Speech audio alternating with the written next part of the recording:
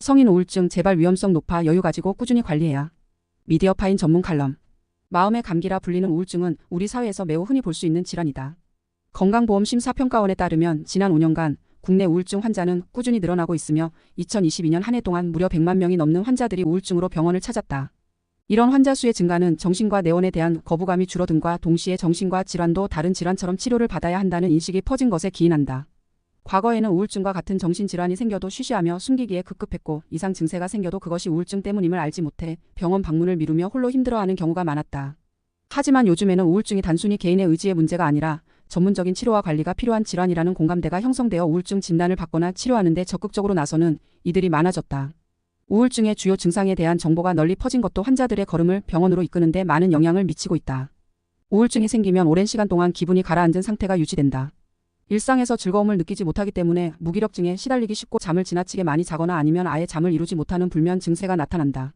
식욕 조절이 잘 되지 않아 폭식과 절식을 반복하며 체중이 급격하게 불어나기 쉽다. 이러한 증상이 2주 넘게 지속된다면 우울증일 가능성이 높기 때문에 정신과를 방문해 검사를 받아보아야 한다. 우울증은 조기에 진단하여 적극적으로 치료하면 얼마든지 회복할 수 있는 질환이다. 환자의 상태에 따라 약물치료나 심리치료를 진행한다. 약물치료는 항우울제, 항불안제 등을 사용하여 세로토닌, 노르에피네프린 등 뇌 신경 전달 물질의 농도를 조절하여 우울감과 불안감을 해소하는 방식이다. 우울증에 대한 약물치료는 약을 한두 번 복용한다고 해서 극적인 효과가 나타나지는 않지만 3에서 4주 이내에 증상이 개선되는 효과가 나타나므로 꾸준히 지속하는 것이 중요하다. 심리치료는 부정적인 사고 패턴을 지닌 환자의 상태를 확인한 후 이를 수정하여 보다 건강한 행동을 하도록 하는 방식이다. 좋지 않은 생활습관을 지닌 환자에게 인지행동치료를 진행하여 생활습관을 교정하기도 하고 합리적 정서행동 상담이나 지지치료, 인간중심 치료 등을 통해 환자의 문제 해결 잠재력을 회복하도록 돕는다. 현대인들이 겪는 우울증은 하루 이틀 만에 갑자기 생기는 질환이 아니라 오랜 기간 알게 모르게 지속된 스트레스 등에 의해 촉발되는 경우가 많다.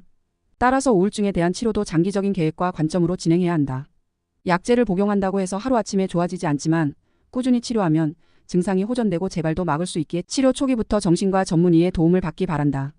군포 이시은 리드 의원 이시은 원장 정신건강의학과 전문의.